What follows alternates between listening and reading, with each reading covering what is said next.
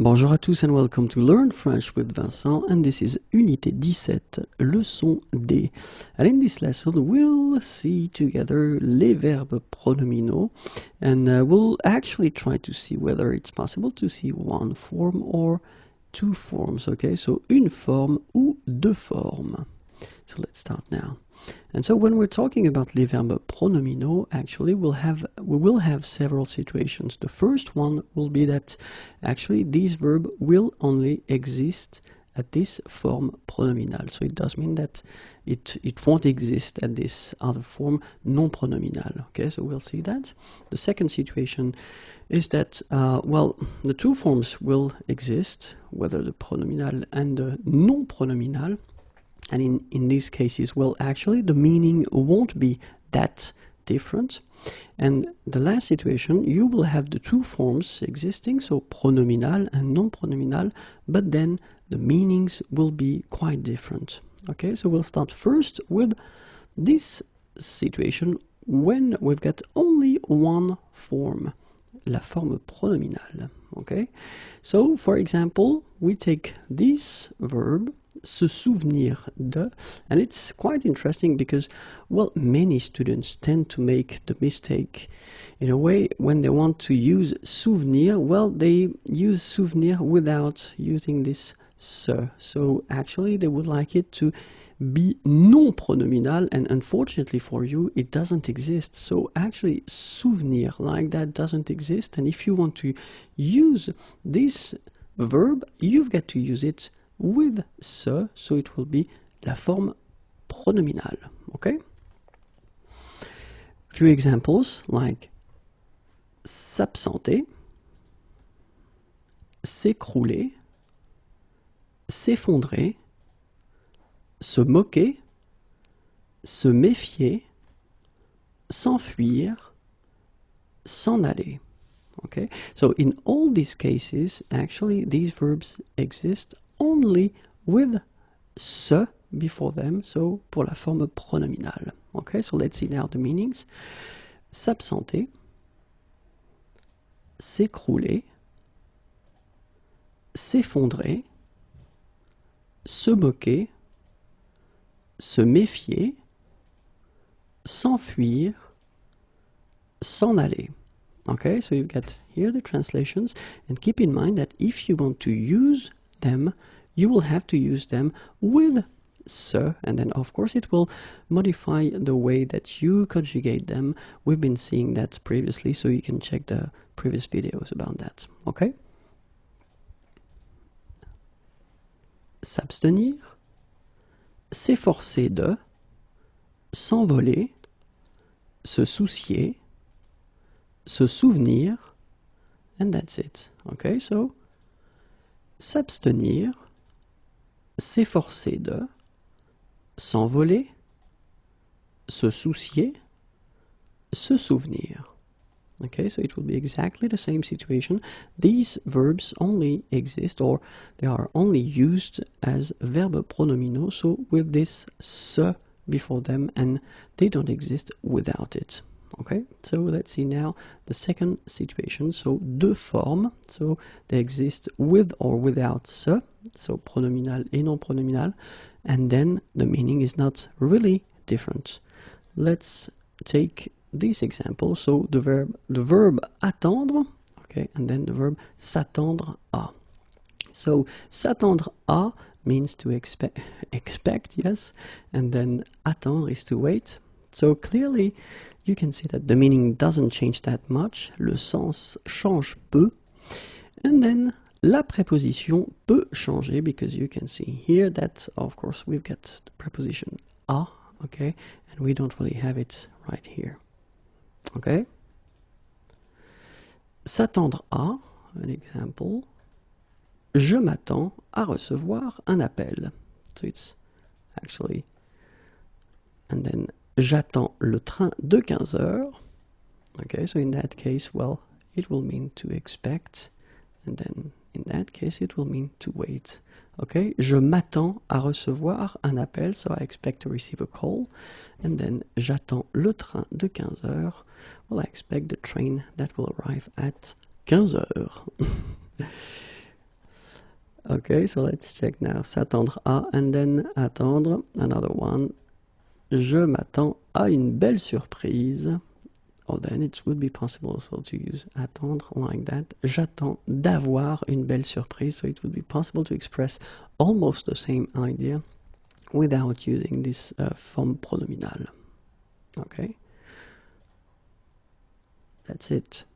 So now, if you want to use, some verbs will have two forms, as I said, so the two forms will exist, but then, strangely, the meaning will change, and actually, these two verbs will look alike, but then the meaning will be really, really different. An example like s'apercevoir and apercevoir here, okay? So, s'apercevoir will mean to notice, and then apercevoir, to catch sight of. Okay, so le sens change totalement, so the meaning changes quite much. Okay, and then la préposition peut changer, not in that case, but then, well, preposition might change when you put that whether at the form pronominal or non pronominal. Okay, so we'll see few verbs now. Agir, s'agir de.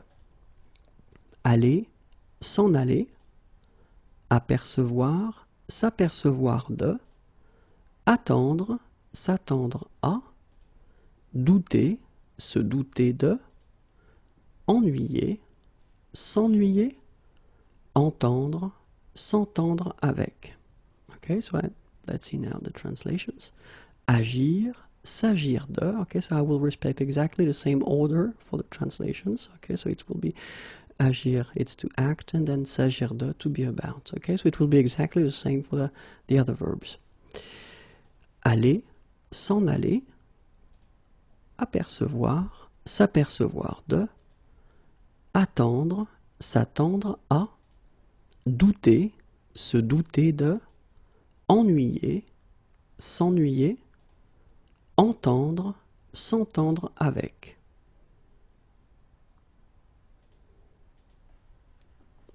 Faire, se faire à, imaginer, s'imaginer, mettre, se mettre à, passer, se passer de, plaindre, se plaindre de, plaire, se plaire à, prendre, s'y prendre. Let's see now the translations.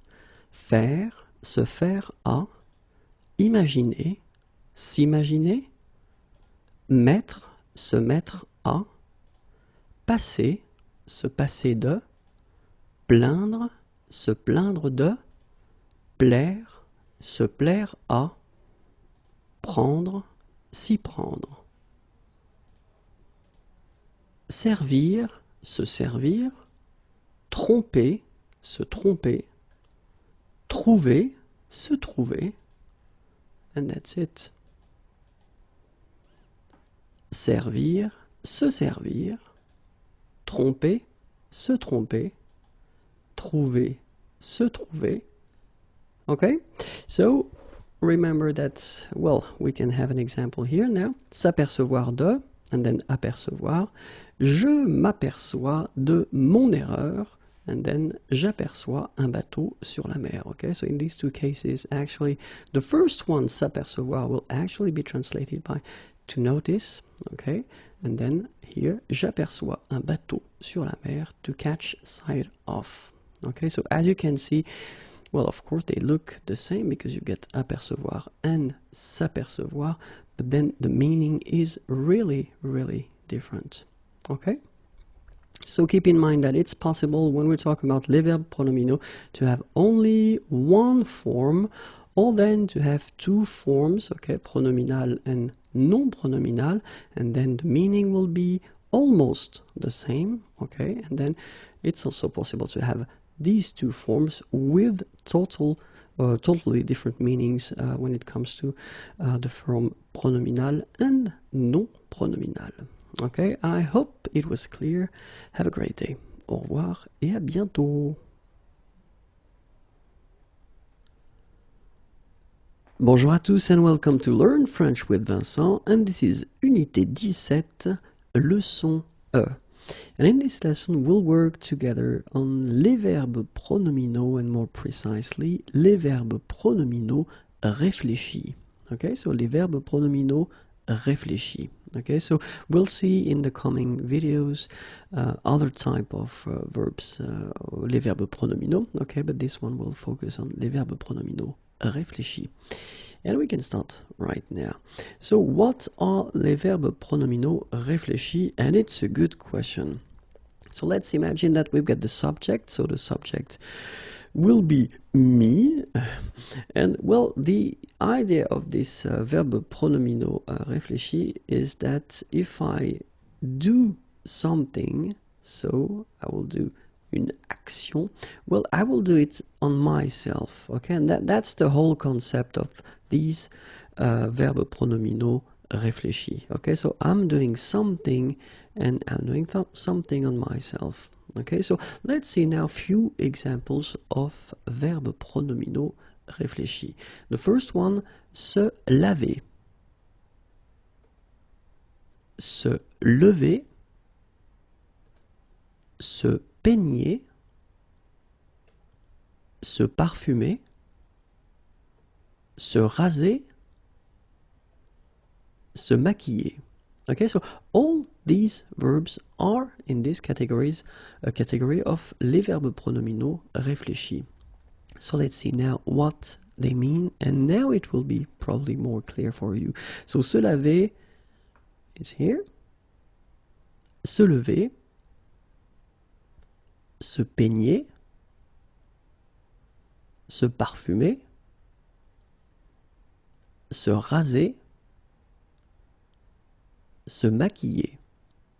Okay, so you can see that in all these cases, actually, when we're talking about, well, the verbs, well, if I say je me lave, well, clearly I am washing myself. Okay, so that's the whole concept. So the subject is doing an action on itself. Okay, so let's see now another series of verbs. S'amuser, se brosser les dents, se coucher, s'habiller, se déshabiller, se regarder.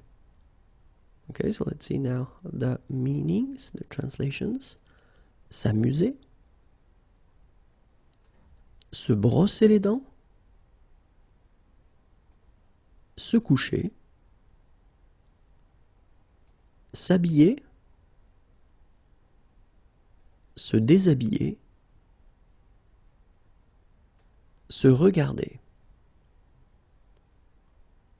Okay, so now that you have an idea of what these verbes pronominaux réfléchis are, let's see how we will conjugate them, and we'll start with the present form. Je me lave, tu te laves, il, elle se lave, nous nous lavons, vous vous lavez, il, elle se lave. Okay, so you can see that, well, actually, laver or se laver in that case is a regular verb. It belongs to the first group. So you've got the normal endings that we have for the present form. Okay, and keep in mind that as it's a verb pronominal, as we say, you will have to add this thing for je. So je me lave. Okay, just to express that you are doing the action on yourself. Je me lave, then tu te laves, il se lave, and then elle se lave. Okay, then nous lavons, vous lavez, il, elle se lave. Okay, so it's not that difficult. You should just definitely remember that you should put these little things, you know, here, here, here, and here. So let's see now for the passé composé form. Je me suis lavé, tu t'es lavé, il, elle s'est lavé, nous nous sommes lavés, vous vous êtes lavés, ils se sont lavés, elles se sont lavées. Okay, so what we can see here is that, well, you get your subject, then you put me here, and then remember that because we are talking about a verbe pronominal, we should use at the passé composé form être and not avoir. And as we use être, then we should put at the end the feminine if needed. Okay, so that's the reason why it's like that. So, je me suis lavé, and then if it would be the feminine form, then you should add this at the end, but then phonetically it doesn't exist, you don't pronounce it, so it would be exactly the same form phonetically, je me suis lavé. Okay, same thing here, tu t'es lavé, okay, and the feminine here, possible as well. Il s'est lavé, so if you use this il, of course, you should keep the masculine form, and then if you get elle, which is the feminine, you should put this at the end. Elle s'est lavé. Okay, here there is a little mistake, sorry. I didn't put as an option, but it could be here as well and here as well, okay, because nous could be a group of women, and in that case you should put the feminine form, of course. Nous nous sommes lavés. So remember, final S is not pronounced. Vous vous êtes lavé, okay, and then ils se sont lavés, elles se sont lavées, so exactly the same thing. You put this as an option, so if you've got il, you don't put it. And if you've got elle, so the feminine plural form, you should put it here. Keep in mind that when we're talking about the pronunciation, whether it's the masculine singular form like that, so it's lavé. If you've got the feminine form, it will be lavé as well. If you've got the plural form, it's lavé. And then if you get the plural and the feminine or feminine plural, it's lavé. So clearly, phonetically, you've got only one form, and it's lavé. Okay? So it's quite important to remember, if you want to write and if you don't want to make any mistakes, to put the at the end for the feminine form, and then to put the S for the plural form. But if you only want to speak French, then it's actually quite easy, because you've got only one form, okay, and it's lavé. Important thing, it is possible to add what we call complément d'objet direct after the verb. Okay, so even if you've got this verb pronominal réfléchi, so you are doing the action to yourself, it is possible to put un complément d'objet direct after the verb. Okay, so we'll see how it goes. For instance, if you've got the sentence il se lave, okay, it is possible to use il se lave, and then you want to be more precise, because you want to say what parts of his body he is washing, okay, and in that case you put les mains, hands. Il se lave les mains. Okay, so that's possible, okay, you could say il se lave, but then in that case you don't really know, what part of his body is washing, and in that case, if you want to be more precise, il se lave les mains. Okay, elle se lave les mains, so it would be exactly the same way to proceed. Okay, but then be careful, because we've got some common and classical mistakes that students tend to make.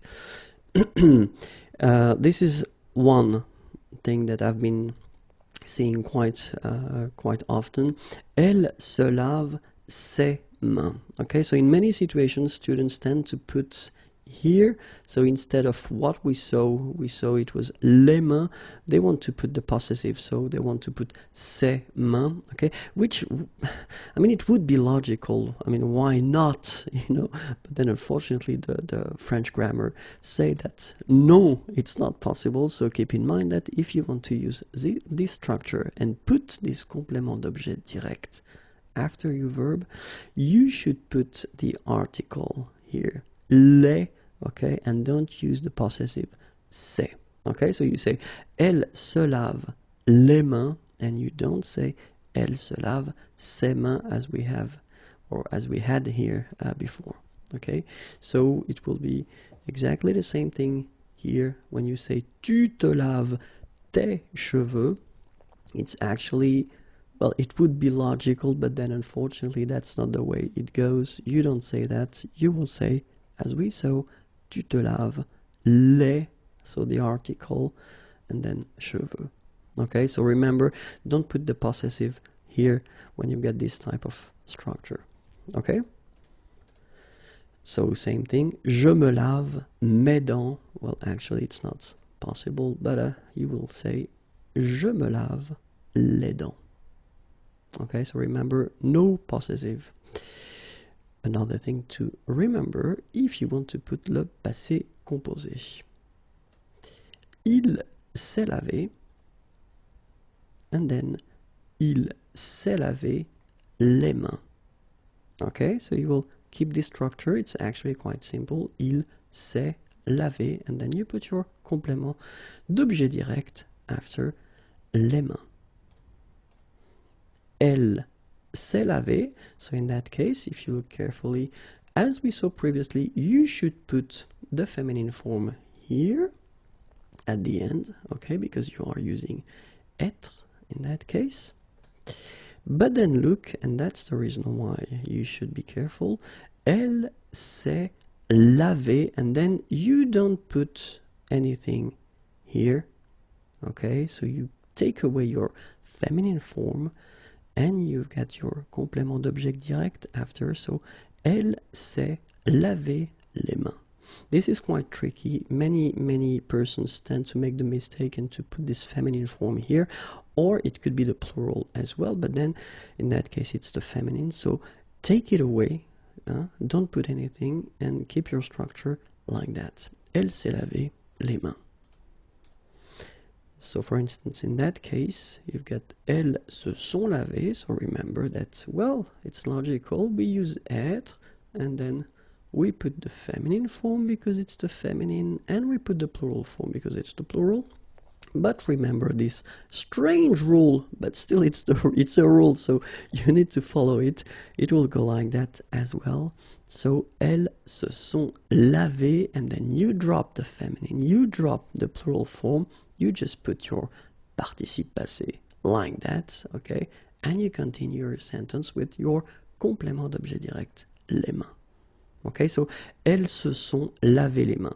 As I said, phonetically, if you speak, it's not a problem because laver, you pronounce it like that, and laver, same pronunciation. So we don't hear that. If you pronounce this form instead of this form, it's not a problem because we don't hear it. Okay, if you want to write correctly, keep in mind that you should drop the feminine and the plural in this type of structure when you've got le verbe pronominal réfléchi and le complément d'objet direct after. I hope it was not too difficult and useful. Have a great day. Au revoir et à bientôt.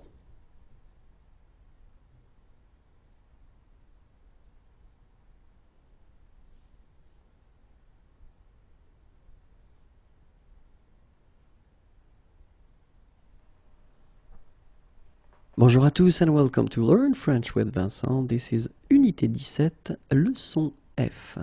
And in this lesson we'll see together les verbes pronominaux and more precisely les verbes pronominaux réciproques. Okay, so we saw previously or in the previous video les verbes pronominaux réfléchis, and in this video we'll see les verbes pronominaux réciproque. Okay, so let's start now.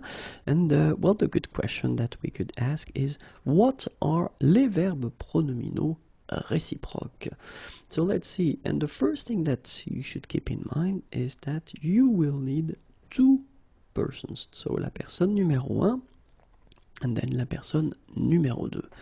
Okay, and the concept is that la personne numéro un will do something that will affect la personne numéro deux, and la personne numéro deux will do something that will affect la personne numéro un. Okay, and this is what we call les verbes pronominaux réciproques. Let's see an example, and one good example will be se parler. Okay, so when you get the sentence or the subject, and here the verbs ils se parlent, okay, in that case it's quite clear. They speak to each other, if you want to translate that directly. This is the concept, so they speak or they talk to each other. And this is exactly the main concept of les verbes pronominaux réciproques. So, la personne numéro 1 parle à la personne numéro 2, la personne numéro 2 parle à la personne numéro 1.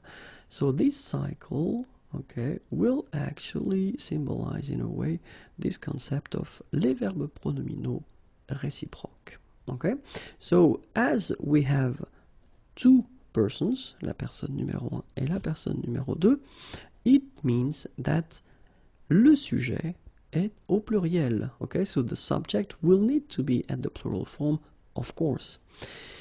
Like we have here, ils se parlent. If you look, the subject is il and it's the plural form. Be careful because in some cases, well, let's say that it will be difficult in some cases to really understand. So, utilisation et compréhension parfois difficile. So, I will give you a good example here. You've got this thing. Il s'admire, okay? S'admirer, it's to admire. So, il s'admire. So, of course, you get the plural form and then it's verb pronominal. So, probably you could think that it's a verb pronominal réciproque in this example. But actually, it is possible to have, of course, two persons. Okay, because we've got the plural. But in this situation, it would be also possible that the first and the second person, they admire only themselves. Okay, so it's actually not, as we saw previously, you know, they admire each other, but it could mean in that sense, it could mean that they admire themselves. And in this case, well, this il s'admire would be considered as a verb pronominal réfléchi. Okay, but then of course the same sentence can mean, as we saw previously, this concept of verb pronominaux réciproques. So, la personne numéro 1 admire la personne numéro 2, and then la personne numéro 2 admire la personne numéro 1. And in that case, of course, the meaning would be verb pronominal réciproque, so they admire each other. Okay, so it is tricky in some cases.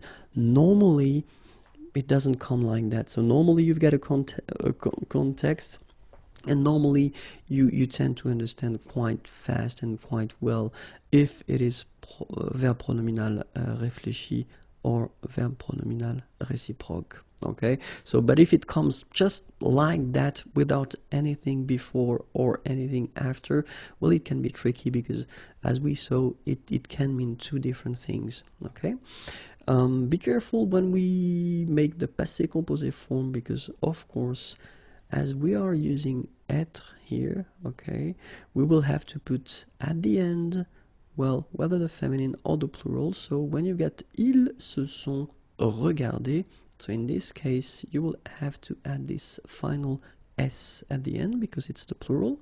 And then if you get the feminine form, elles se sont regardées, then you will get e for the feminine and then s for the plural form.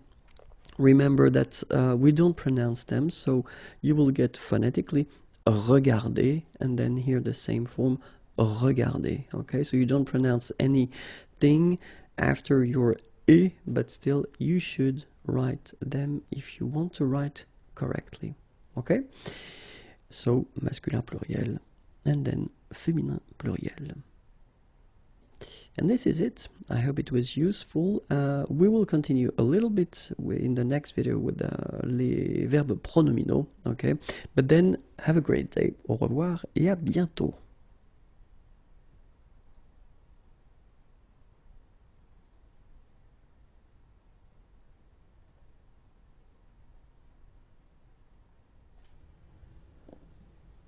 Bonjour à tous and welcome to Learn French with Vincent. Apprenez le français avec Vincent.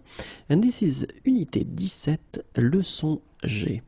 And in this lesson we'll see together les verbes pronominaux and we'll continue. In this video we'll see more precisely, les verbes pronominaux à sens passif.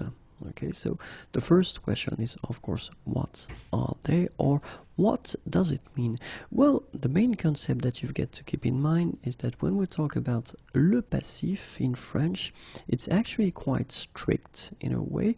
We just want to express the fact that le sujet ne fait pas l'action, so the subject doesn't do the action. Okay, so I know it can be quite tricky. That's the reason why I want to give you an example here. Ce grand classique s'appelle Les Enfants du Paradis.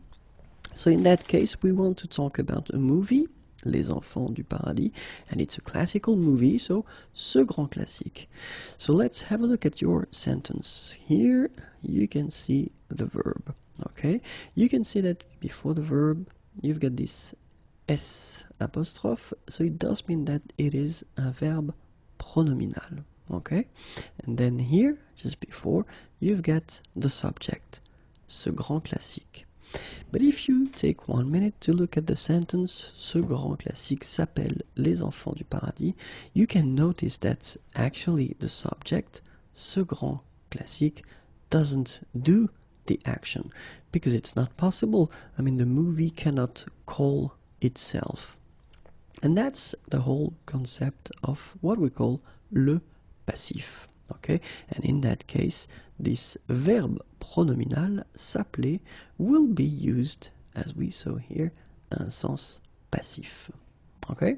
So, if we take a look again at the sentence, ce grand classique s'appelle Les Enfants du Paradis, well, it could be possible to write it like that. Ce grand classique est appelé Les Enfants du Paradis.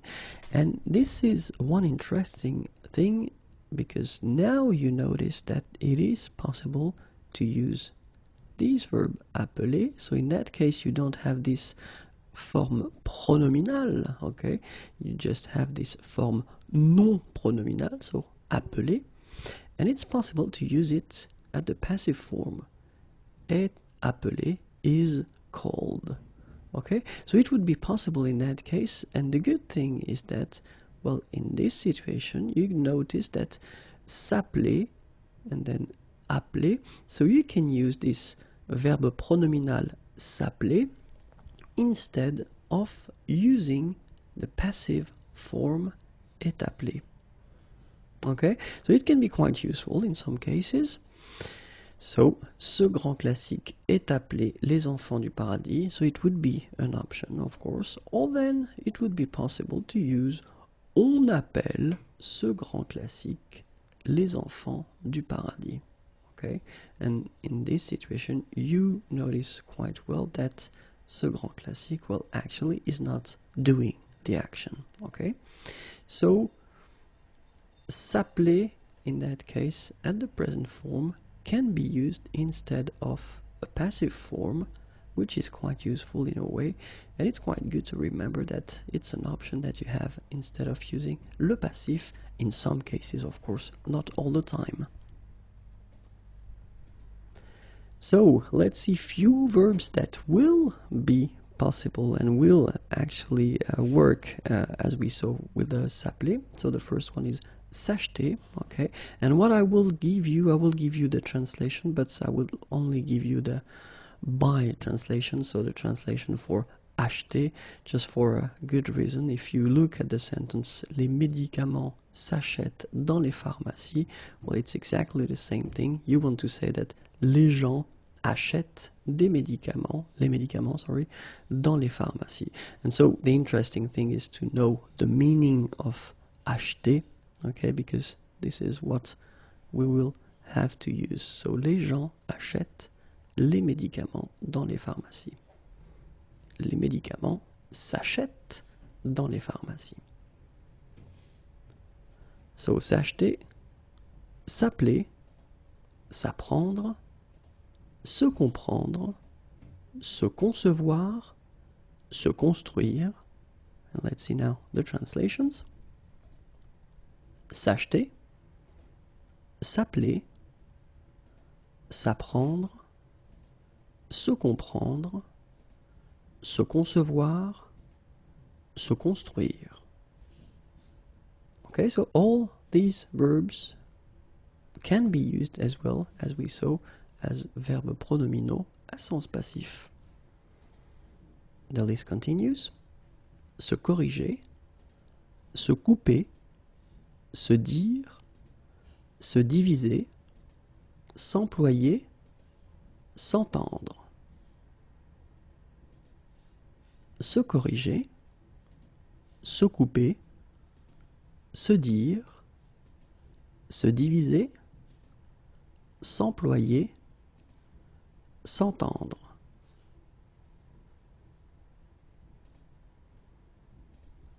S'exprimer, se faire, se former, se lire, se nommer, s'obtenir. S'exprimer, se faire, se former, se lire, se nommer, s'obtenir.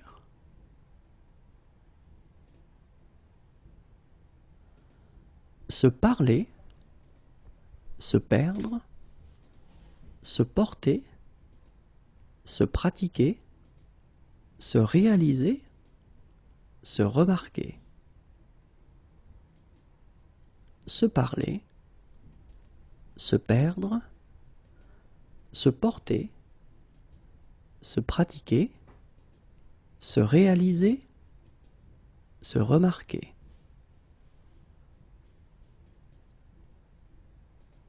Se remplacer, se vendre, se voir, and that's it. Se remplacer, se vendre, se voir. Okay, so remember that all the verbs that we've been or have been presenting in this video, they can work as verbes pronominaux à sens passif.